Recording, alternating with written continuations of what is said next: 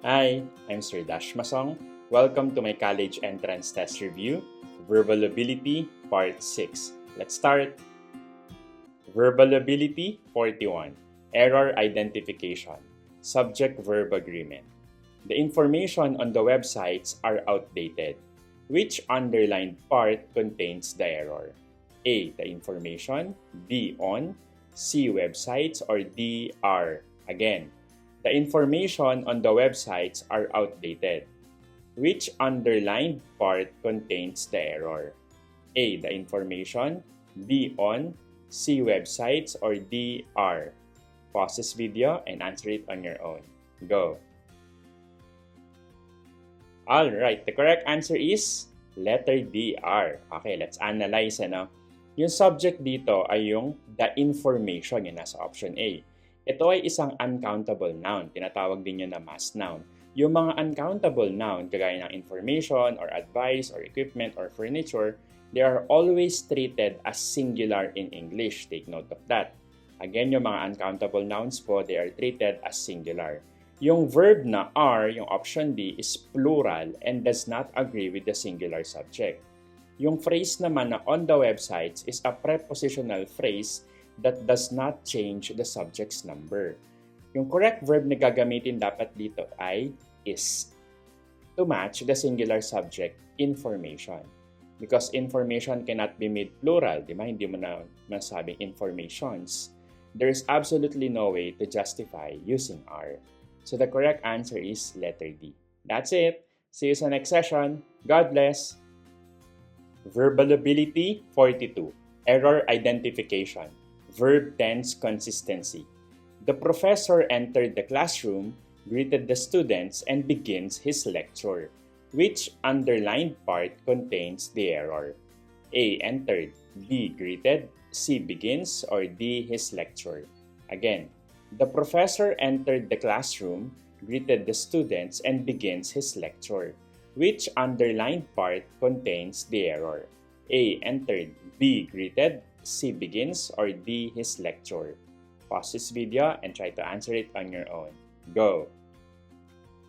Alright, the correct answer is letter C. Begins. Bakit nga ba? Let's analyze the sentence. Look at the sentence. It describes a sequence of past actions. So all verbs should be in the past tense. Yung first two verbs dito ay yung entered tsaka yung greeted, the options A and B. And they are in the past tense. Yung third verb begins, yung option C, ay nasa present tense. So it breaks the consistency. Yung correct verb dapat na ginamit dito ay began. That's it. See you sa next session. God bless. Verbal Ability 43. Error Identification. Indefinite pronoun. Everyone in the advanced class are required to submit their project before Friday. Which underlined part contains the error? A. Everyone. B. Are. C. There. Or D. Before Friday. Again, everyone in the advanced class are required to submit their project before Friday. Which underlined part contains the error? A. Everyone.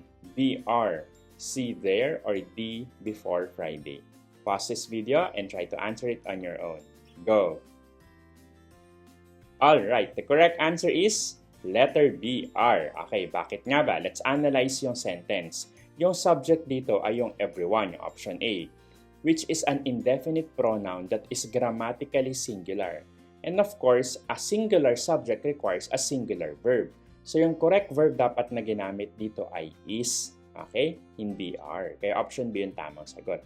Yung pronoun naman na there, yung option C, is actually correct in modern English as a singular, gender-neutral pronoun referring to everyone.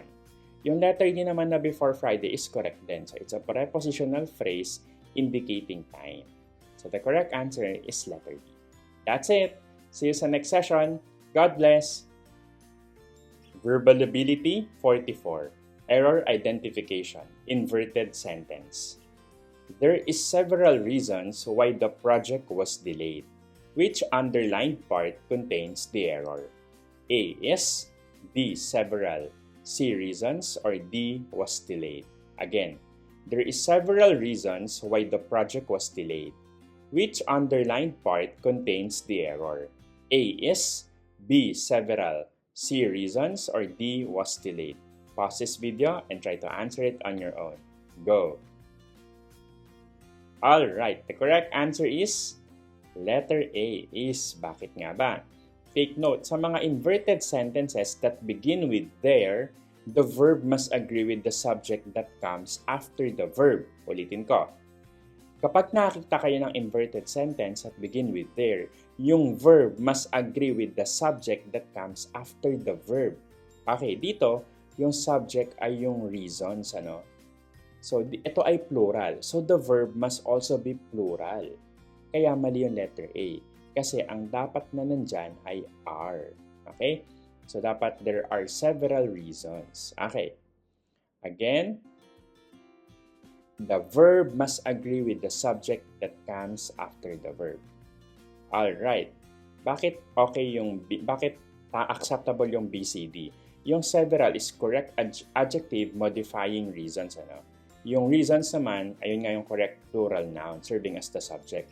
Yung was delayed is the correct past tense passive verb agreeing with the word project. So, tama po yung letter D ha, kasi iba baka letter D yung sinagot. So, the correct answer dito ay letter A is kasi dapat ayan ay are. Alright, see you sa next session.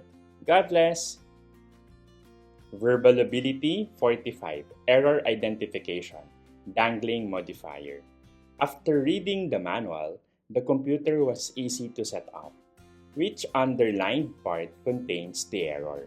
A. After reading, B. The manual, C. The computer, or D. To set up. Again, after reading the manual, the computer was easy to set up. Which underlined part contains the error? A. After reading, B. The manual, C. The computer, or D. To set up. Pause this video and try to answer it on your own. Go!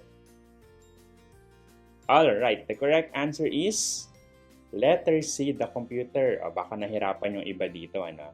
Tignan natin. Let's discuss. Yung introductory participial phrase na after reading the manual, take note, it should modify the person who did the reading. Pag inanalyze mo yung sentence, yung phrase appears to modify yung computer, ano, which cannot perform the action of reading the manual. So to correct the dangling modifier, make the human reader the subject or recast the sentence so the modifier clearly attaches to the correct noun.